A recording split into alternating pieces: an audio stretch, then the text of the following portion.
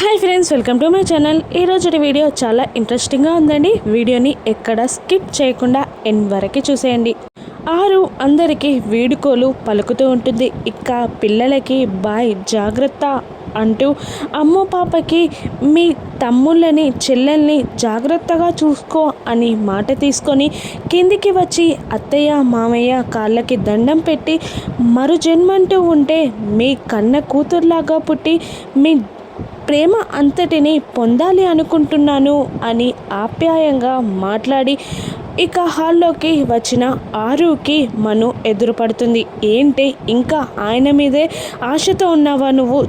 నీ బుద్ధి మారదు. కుక్కతో ఒక వంకరలాగా అలాగే చేస్తావా నువ్వు? ఇక వేరే వాడిని చూసుకొని చక్కగా పెళ్లి చేసుకొని సెటిల్ అవ్వే. నీ మంచి నేను కోరుకుంటానే తప్ప ఇంకా నేనేం చెయ్యలేనే.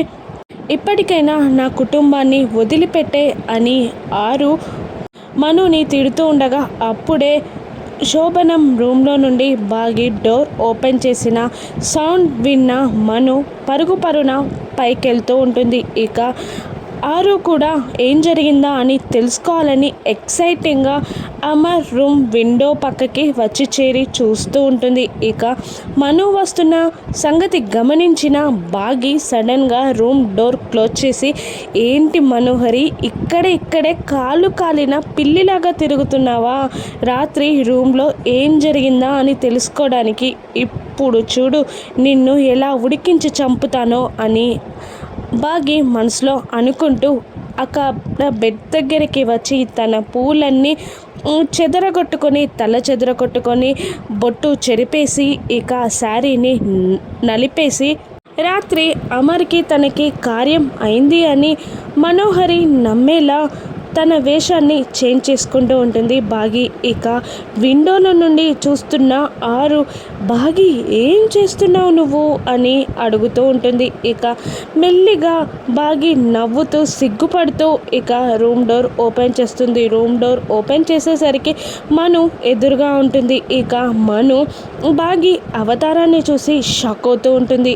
ఏ ఏంటి ఈ అవతారం అని మను అడుగుతుండగా, ఏముంది రాత్రి నాకు ఆయనకి అని ముసిముసిగా నవ్వుతూ సిగ్గుపడుతుంటూ యాక్టింగ్ చేస్తూ జరగాల్సిందంతా జరిగిపోయింది అని మనుని ఉడికిస్తూ బాగి ఇక అక్కడి నుండి తన రూమ్లోకి వచ్చేస్తుంది.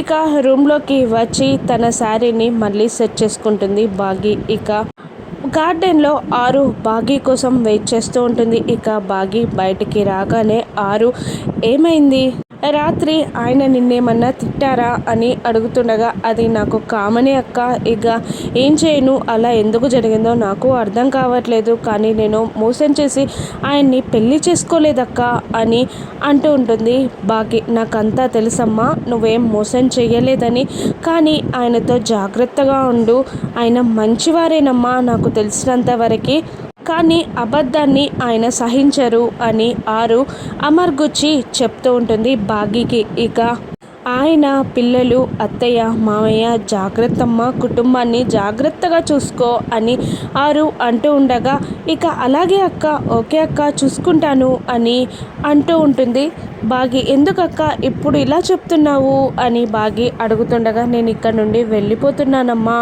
అని చెప్తూ ఉంటుంది ఆరు. అవునా అక్క, ఎన్ని రోజుల టూర్ అని బాగి అడుగుతూ ఉండగా, ఇక చెప్పలేనమ్మా అని అంటూ ఉంటుంది ఆరు. అవునక్క, హ్యాపీ జర్నీ అక్క, ఓకే అక్క, బాయ్ బాయ్, జాగ్రత్తగా చూసుకుంటాను అని అంటూ బాగి పాపం ఆరు నిజంగానే శాశ్వతంగా ఈ లోకం వదిలిపెట్టి వెళ్ళిపోతుందని తెలియక సంతోషంగా వాళ్ళ అక్కయ్యకి, సొంత అక్కయ్యకి బాయ్ చెప్పి లోపలికి వెళ్ళిపోతుంది బాగి.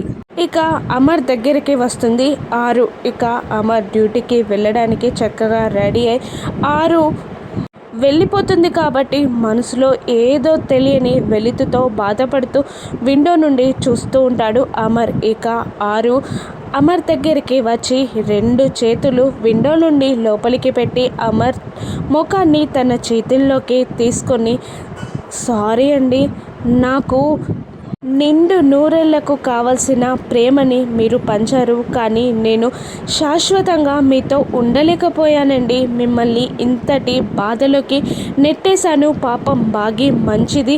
బాగి కావాలని ఈ పెళ్లి చేసుకోలేదు, మిమ్మల్ని మోసం కూడా చేయలేదు. పిల్లల్ని, అత్తయ్య మామయ్యల్ని ఉద్దేశించి నేనే ఈ పెళ్లి చేశానండి. మీరు దాన్ని మనసులో పెట్టుకొని బాగిని తిట్టకండి. సారీ అండి అని అంటూ ఆరు రెండు చెవులని పట్టుకొని అమర్కి క్షమాపణ చెప్తూ ఉంటుంది. ఇక వెళ్ళొస్తానండి, మరు జన్మ అంటూ ఉంటే మీకు భార్యలాగా పుట్టి నిండు నూరేళ్ళు మీతో కలిసి జీవించాలని, హ్యాపీగా ఉండాలని అనుకుంటున్నానండి. ఇక వెళ్ళొస్తానండి అని అంటూ ఇక గుప్తా గారి దగ్గరికి వచ్చేస్తూ ఉంటుంది. ఆరు, బాలిక ఆలస్యమవుతుంది అని గుప్తా గారు ఇక అరుస్తూ ఉంటారు. ఇక ఆరు రాగానే మన లోకానికి వెళ్ళిపోదామా అని గుప్తా గారు అడుగుతుండగా వెళ్దాం అండి అని కన్నీళ్లతో గుప్తా గారి ముందు మోకాళ్ళపై కూర్చొని దండం పెడుతుంది ఆరు. ఇక ధూమ్ తటా అని ఆరుని పైకి తీసుకువెళ్ళిపోతాడు గుప్తా గారు. ఇక పాపం ఆరు ఒక బంధాన్ని మాత్రం మర్చిపోయిందండి, కన్న తండ్రిని మర్చిపోయింది. ఇక కన్న తండ్రి కావడంతో రామ్మూర్తి మనసులో కూడా ఏదో వెలితి ఏర్పడుతుంది. ఇక కంగారుగా ఉంటుంది రామ్మూర్తి గారి మనసు. ఇక గుప్తా గారు రామ్మూర్తిని తలుచుకుంటూ ఉంటారు. పాపం కన్న తండ్రికి వీడుకోలు చెప్పడం ఈ బాలిక మర్చిపోయింది అని. ఇక రామ్మూర్తి మనసులో వెలితిగా తోచడంతో గుప్తా గారు ఆరుని తీసుకు వెళ్ళిపోయాక ఇక అమర్ వాళ్ళ ఇంటికి పరిగెత్తుకుంటూ వస్తాడు రామ్మూర్తి. ఇక రామ్మూర్తి అలా పరిగెత్తుకు రావడం మంగళ గమనించి వెనకాలే ఫాలో అవుతూ రామ్మూర్తి వెంటే వస్తుంది. ఇక రామ్మూర్తి ఆ గార్డెన్లో అంత పరిశీలనగా అటు ఇటు చూస్తూ పిచ్చి చూపులు చూస్తూ ఉంటాడు. ఇక రామ్మూర్తికి తన మనసులో ఇలా తోస్తూ ఉంటుంది, ఆరోగ్యం బాగుందా అండి, ఇప్పుడు హెల్త్ ఓకే కదా, మీరెందుకు కంగారు పడుతున్నారు అని.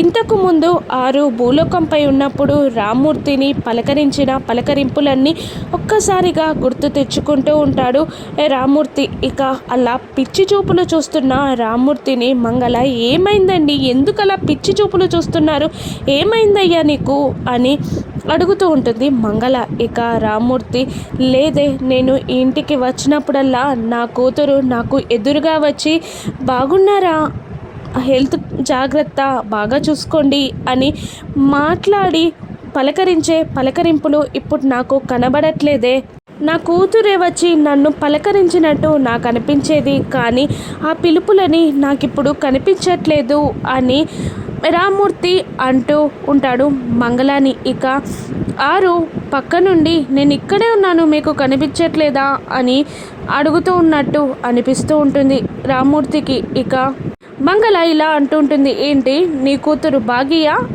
లోపలికి వెళ్తే పలకరిస్తుంది కదా అని అంటూ ఉంటుంది మంగళ. బాగి కాదే, నా కూతురు నాకు చెప్పరావట్లేదు, కానీ నా కన్న కూతురు నాకు ఎదురుగా వచ్చి నాతో మాట్లాడేది, నాకు మనసు చాలా ప్రశాంతంగా అనిపించేది, కానీ ఆ పలకరింపులు ఇప్పుడు నాకు కనిపించట్లేదే, నాకు చాలా ఆందోళనగా ఉంది అని రామ్మూర్తి చాలా బాధపడుతూ మంగళతో అంటూ ఉంటాడు. ఇక ఇదేంటి ఈయన ఇలా మాట్లాడుతున్నారు, నిజంగానే అరుంధతి ఈయన పెద్ద కూతురు అని ఈయనకు తెలిసిపోయిందా, ఈయన మనసుకు తెలుస్తుందేమో, లేదు, ఇక ఇప్పుడు పెద్ద కూతురు అని తెలిస్తే ఇంకేమైనా ఉందా అని మంగళ మనసులో అనుకుంటూ ఉంటుంది.